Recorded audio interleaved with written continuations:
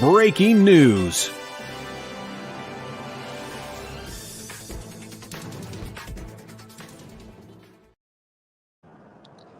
Hey, what's up, everybody? It's Mike Gilbert, host of Brace for Impact.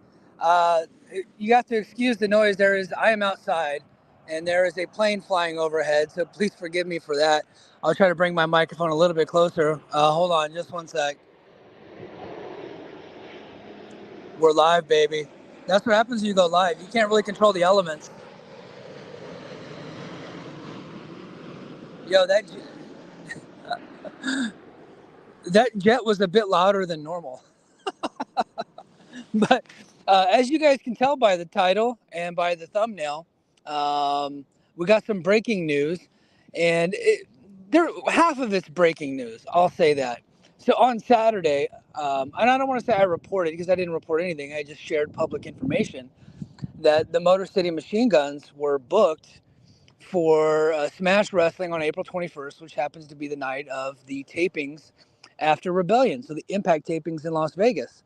So I talked about it on Brace for Impact on Saturday, and then I actually clipped that part, and I released the video on YouTube last night, kind of like a scheduled release. It came out late last night, so that way everybody would have a chance to watch it whenever they got up in the morning.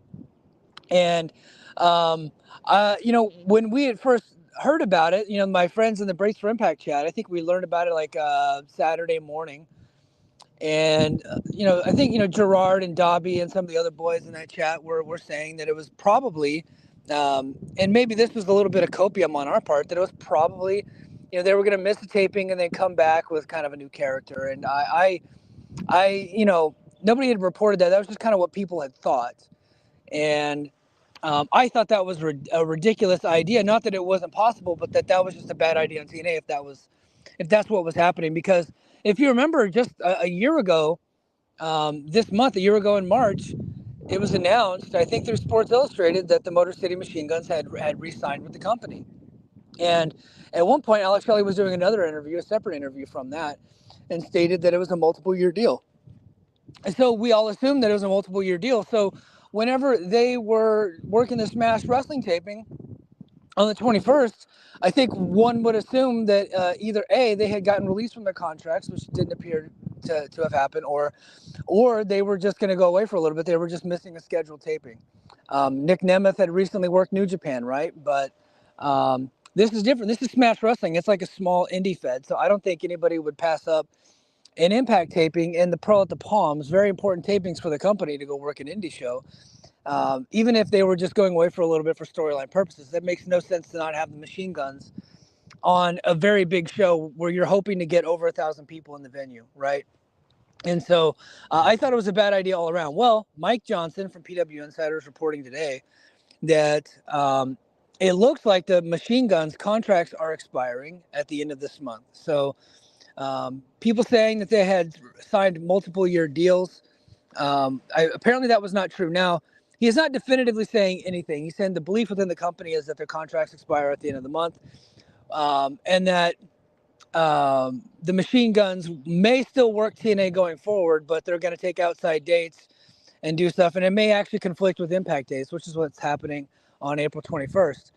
And if that's the case, and the Machine Guns are no longer under contract, or if they're no longer going to make TNA a priority, that's upsetting. That stinks for TNA. And I have been questioning whether or not, hold on just a sec.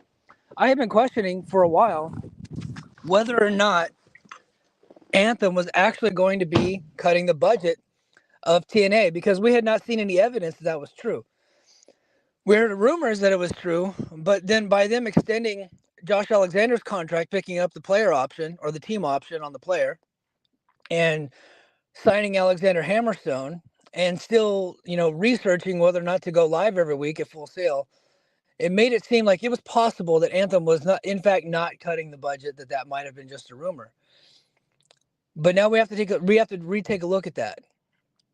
Was it possible that Hammerstone was actually signed by Scott D'Amore before he had gotten fired?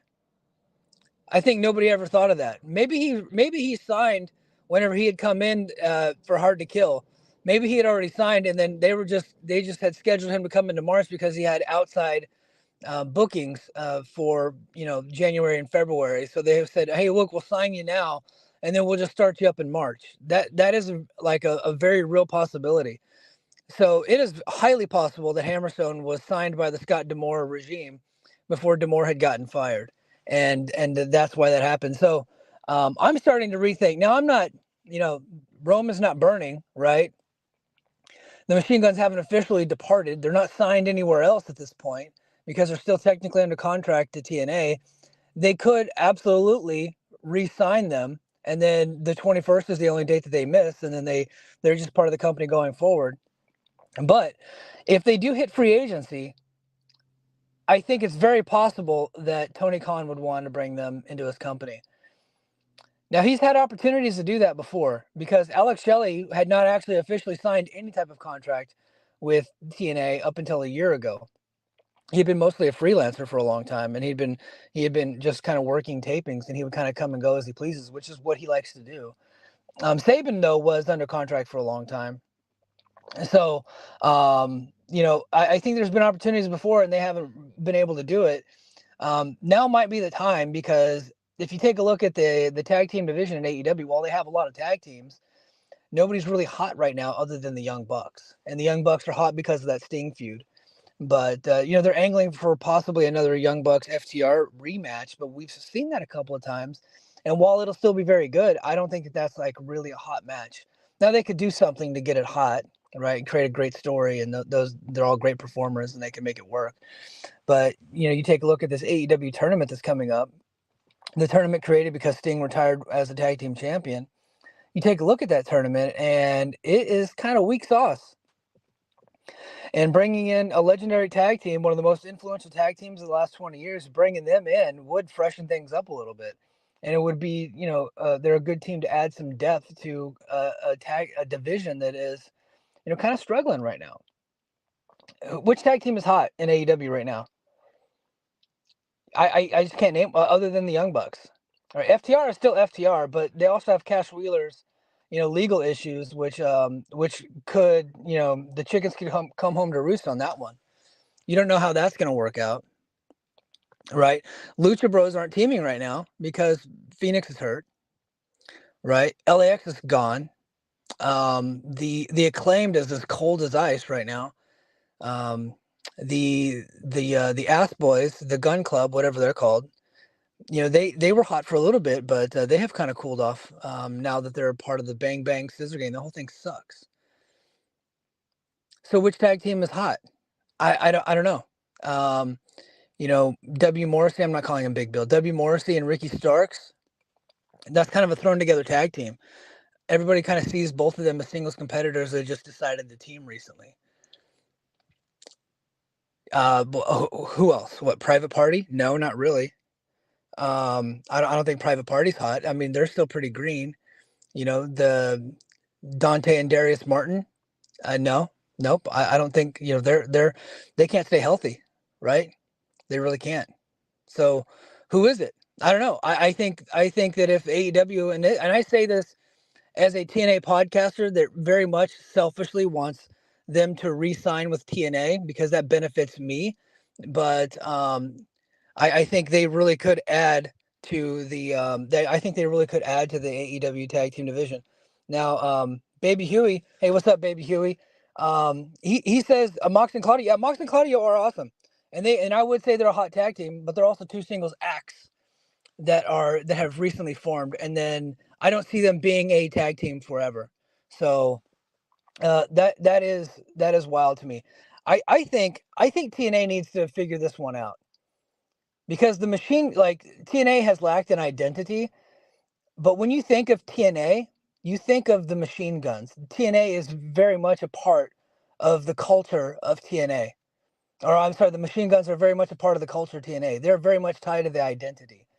And right now, they actually have like a very good storyline going with the machine guns. There's this like slow burn heel turn that they're doing with the machine guns that Alex Shelley's been working over the last couple weeks. And then we just saw the Mustafa Ali and Chris Sabin match over on Thursday night.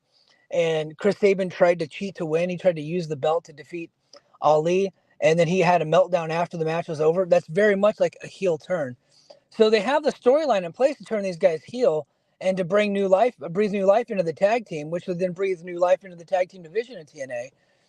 But they're doing it at a time where the contracts are expiring. So it looks like the left hand doesn't know what the right hand is doing. They're very much not in alignment here. And that stinks. Again, I say all this knowing that, hell, by the time this video is over, the Machine Guns could have re-signed. But it's not looking good by the fact that they are taking an outside independent date on the same day of a very important taping set on April 21st in Las Vegas, the Pearl of the Palms. Because when you go to TNA, you want to see the Machine Guns. Whether they're in singles competition or tag team competition, you want to see those guys. Because if you're a TNA fan, you're very likely a huge Machine Guns fan. They are very much part of the fabric of this company. And so for TNA to lose them, they're losing a signature piece of their identity. And I think that's sad for TNA. And I think it kind of not spells disaster, doesn't spell chaos, but I think it's not looking good for TNA's future because now you got the Machine Guns, their contract's expiring. And you also have Steve Macklin's contract coming up in May. And Macklin leaked that to Fightful because he wants other companies to know that he's open for business. Smart by him. Very smart by him. And now we have seen him get pinned twice in a row at Sacrifice and at Impact this past week.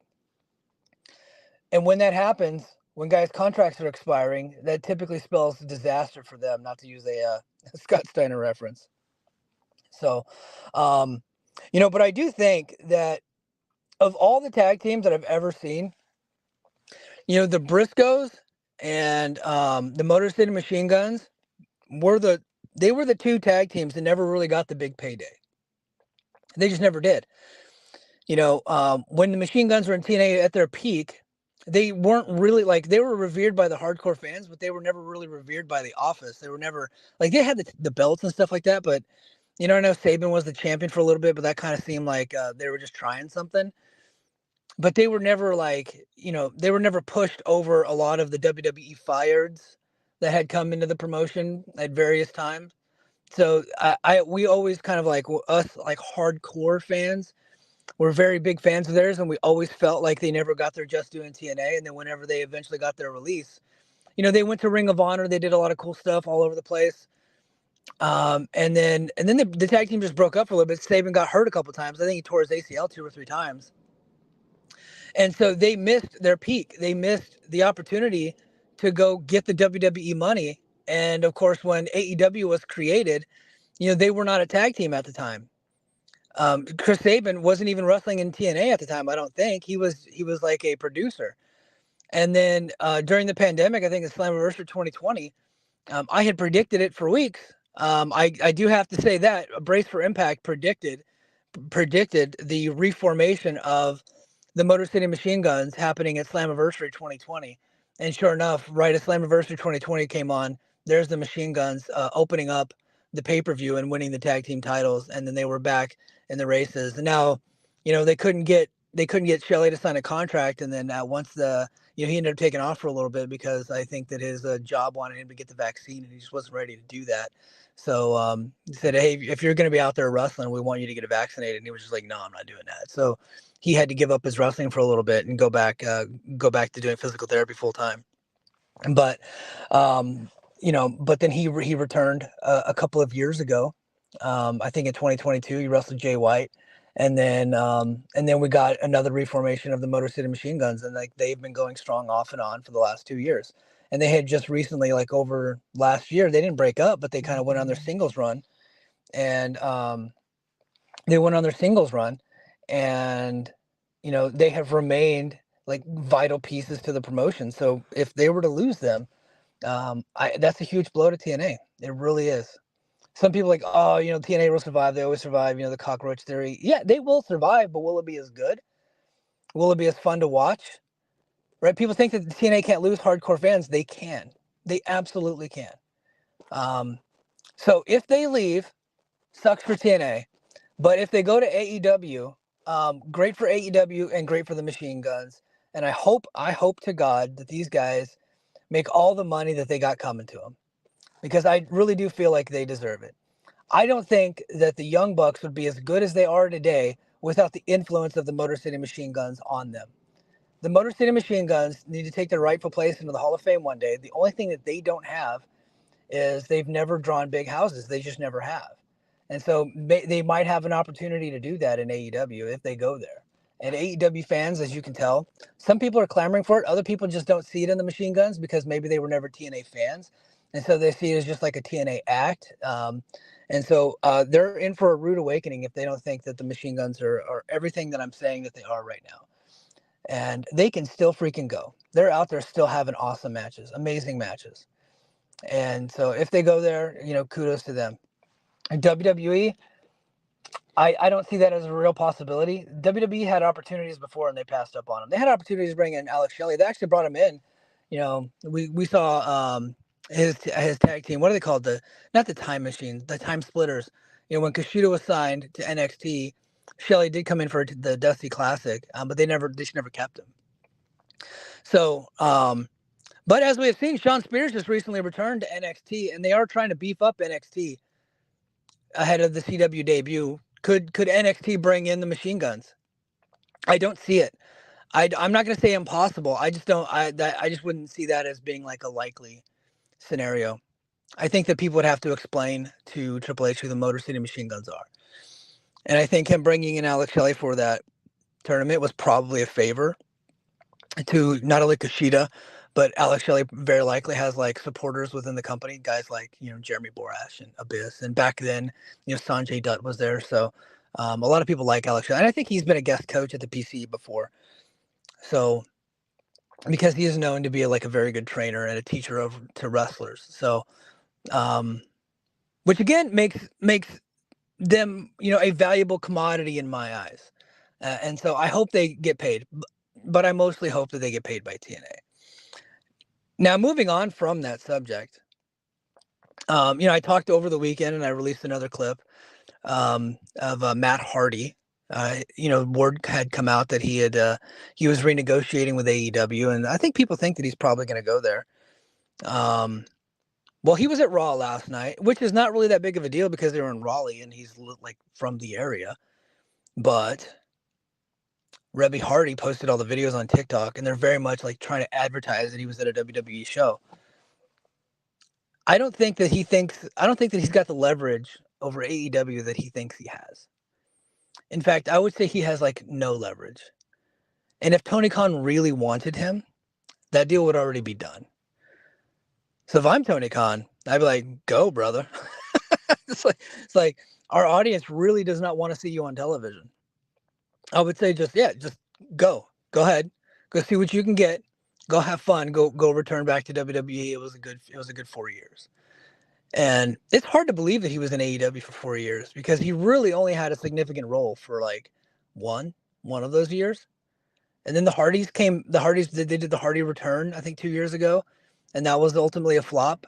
Jeff Hardy's, DUI obviously got in the way, but he just doesn't have it anymore. Which is why I'm not an advocate for this, but which is why I could see him returning to TNA and doing his broken gimmick because TNA loves nostalgia. They like that shit. As long as they keep it on Explosion and on the pre-shows, I could see that happening and working. Again, I'm not a fan of it right now. I was a fan of it in 2016 when it was happening in real time. That was the only thing getting me to watch TNA back then because I was out of watching TNA for a long time. But the Broken Hardy stuff was very interesting. It was very fun. But that it was it was like a time and place type of deal.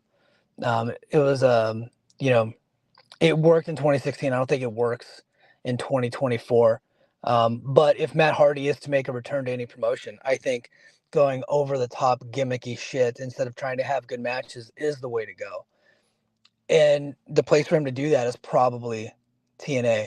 Now, I think the best thing for Hardy is for him to get a producer gig in either AEW or WWE, preferably WWE for him because I just get the feeling it probably pays more. They're probably like full-time salary type stuff. So, yeah. So, that was going on. I also do want to make mention that yesterday on Patreon, because I love my Patreon audience so much, $5 a month. I actually reviewed MLW Once Upon a Time in New York. Yes, I reviewed MLW, even though MLW blocks me on Twitter, even though Court Bauer has sent evil and awful messages to our old boss about JD, and it blocks JD.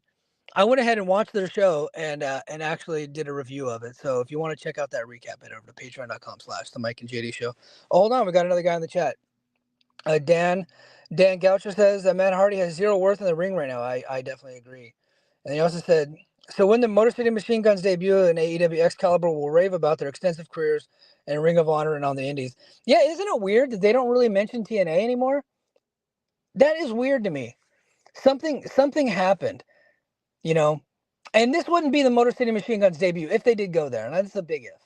If they did go there. So they did have the trios match. It was them and Jay Lethal versus FTR and Wardlow. And that match was not good. It honestly, I would say, like, it very much was well below expectations. That match, I would, I'll go so far as to say that it stunk. Hold on, I got to get out of this car. Hey, do you guys want to check out the beach, by the way? I could probably make that happen. Hold on. I was actually in between meetings right now, so I kind of pulled over to the stop that I like to go to. It's at the beach. So hold on. There we go. Who else but me is gonna podcast at the beach today? But I'm in uniform, so I didn't want to do the whole thing. But yeah, check it out. That's Hickam Beach, right there. Across the way, I don't know if you guys can see that island over there. That is Eva Beach. And then right there is the harbor where all the Navy ships go through, the destroyers that they go through right down there. And then we got one way, way out there in the distance. So pretty cool. But let me. Yeah, okay. I'm in uniform, so I don't want to expose that too much. But hey guys, this has been fun. Oh, hold on, I got some more comments.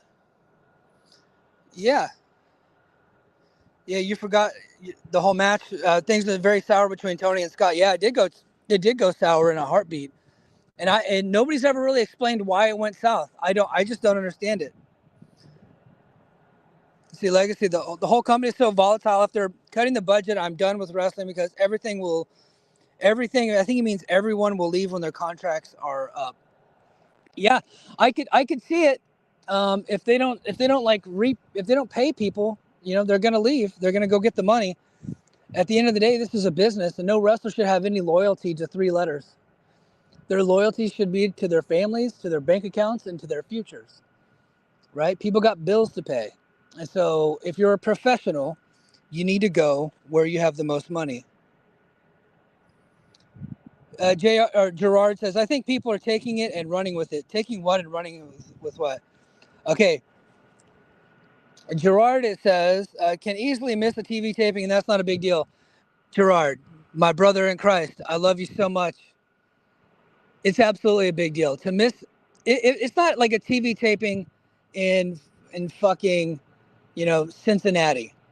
This is not a TV taping in front of 150 people. This is a TV taping at the Pearl at the Palms, where they're hoping to get over 1,000 people in the building. This is a big deal. And Mike Johnson's not reporting this for no reason. If Mike Johnson's putting this out there, there is something to it. As we have discussed before, if a story comes out about TNA on PW Insider, it might as well be written by Tommy Dreamer and Lou D'Angeli themselves. Like, that's the connection. Mike Johnson used to work for ECW. He'll never admit it, but he got his start by being a hardcore ECW fan and covering ECW. He still has those connections. Anthem. So Dan says Anthem should consider selling TNA and the content to Triple H. Yeah. I don't want them to go out of business because I like the show, and I'm not going to have a WWE podcast. so you guys got to think about me here in this situation. Everything has to lead back to me and what's best for me. And what's best for me is the Motor City Machine Gun signing with TNA. Now, again, I'm not saying they're gone. As of right now, they have not left. but this is very interesting. Got a couple more minutes. We'll keep going. So lastly, news broke yesterday that Masha Slamovich will be wrestling at Bloodsport, promoted by Game Changer Wrestling, Josh Barnett's Bloodsport. She will be wrestling one Shayna Baszler, a WWE wrestler. So,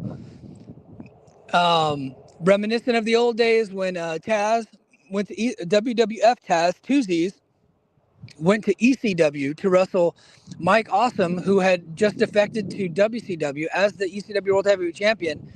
They had him come to ECW, drop the title to Taz. So a WWE wrestler wrestled a WCW wrestler at an ECW show.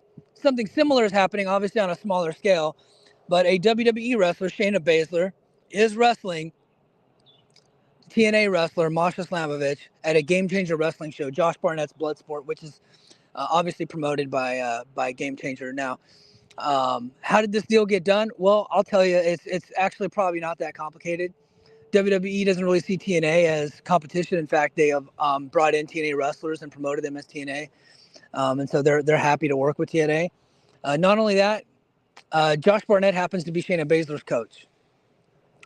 He was her coach in MMA. They trained together for years.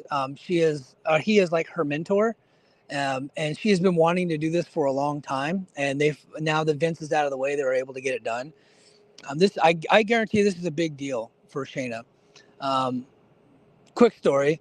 So years ago when I was deployed in Afghanistan, Shayna Baszler, before she was signed to WWE, she came in on a USO tour and I was her liaison. So I actually got to spend like several hours with her during a tour around the trauma center. Took her to all the bays, did a full presentation for her, and I actually spent a lot of time with her, Jessamine Duke, and a guy named Gilbert Smith, and some other like lower level, like no name. Sorry, here comes another plane.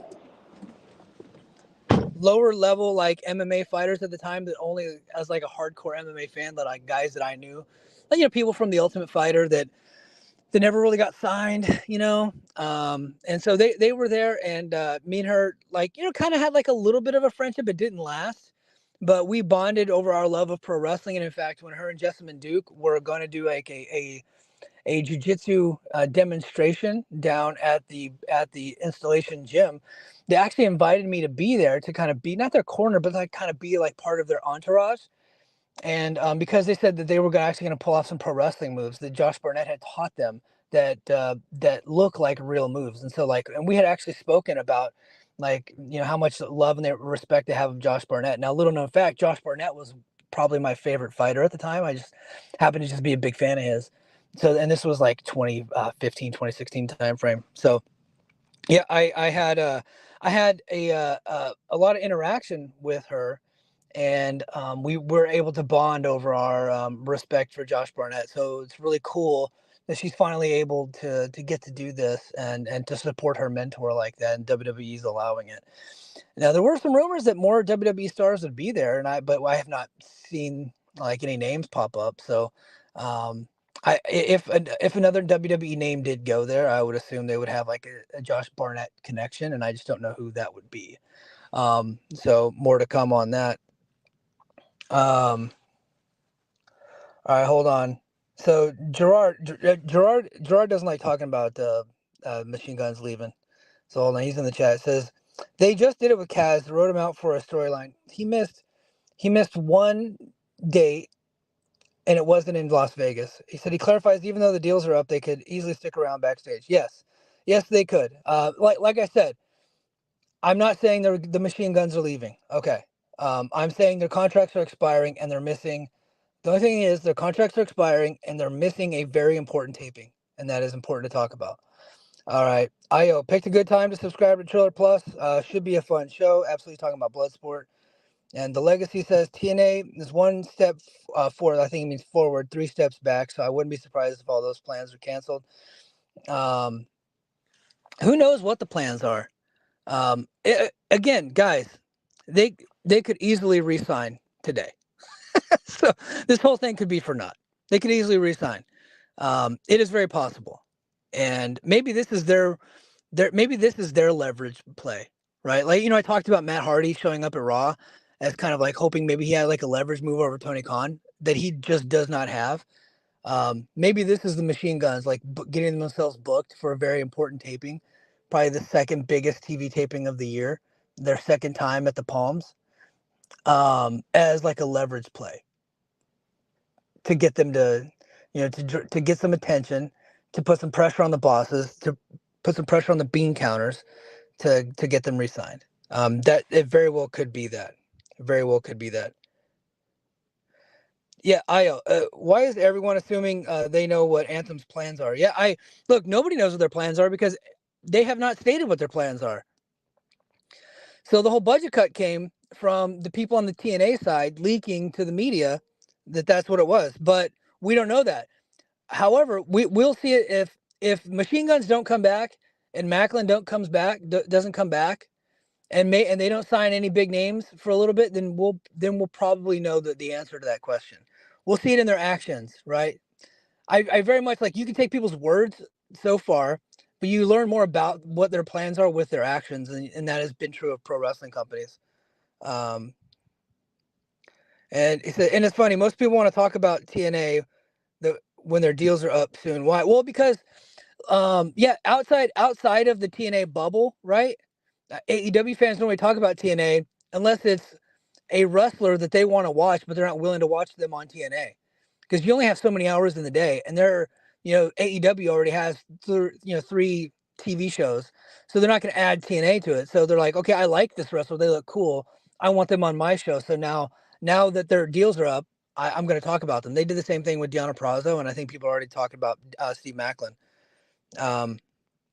All right, guys. So that's it out of me. That is all the free time I have right now. I hope you guys enjoyed this.